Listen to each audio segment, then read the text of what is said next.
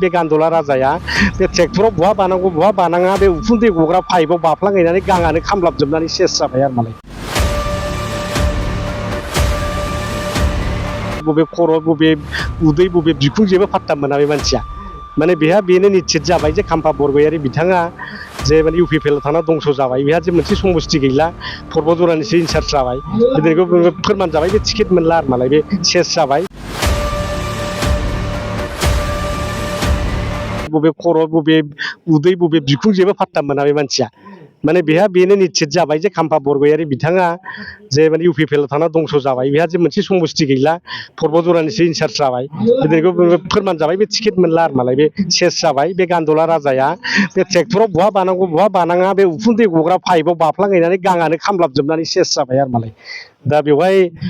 बुंनो हायो जोङो एबाराव मनमोहन ब्रह्मआ देरहाफिनगोन देरहानानै बिटिसिआव प्रथमबारनि थाखाय आइजो इएम जागोन बेखौ निश्चित जों बुंनो हाबाय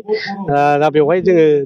सारा बिटिसिखौनो जों गिदिंगासिनो दङ दा बेवहाय जों नुदों दिनैहाय माने उदालगुरियाव 10थायावबो 10था देरहानायनि मोनसे खाबुआ फैबाय बाक्सायाव खमैबो जोङो 7थासो देरहानायनि मोनसे खाबु फैबाय चिराङावबो जों देरहागोन आरो क'क्राझारावथ' बुंनांला जोङो बेवहाय सेन्चुरि मारिगोन दा गतिके दिनैनि थारिखआव जों अंक खालामनानै नायोबा मोनथामनिफ्राय मोनब्रैसिम इउपिपिएलआ मोननो हागौ आरो मोनब्रै मोनबाया बिजेपिआ मोननो हागौ जों नाम्बार 1 पार्टि जागोन जोंनि सरकार दागोन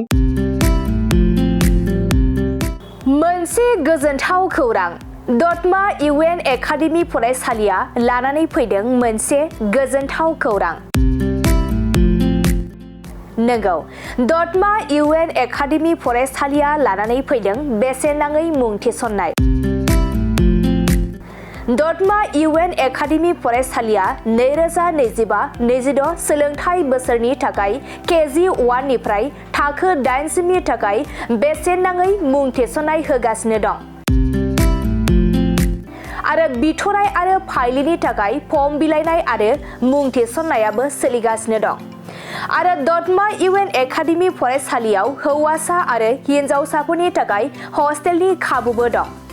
बिनिखायनो नोंथाङाबो नोंथांनि गथ'खौ दतमा इउएन एकाडेमि फरायसालियाव बेसेन होआजासे मुं थिसननो सानदोंब्ला आरो हस्टेलाव दोननानै फोरोंनो सानदोंब्ला थाबैनो मुं थिसननो हागोन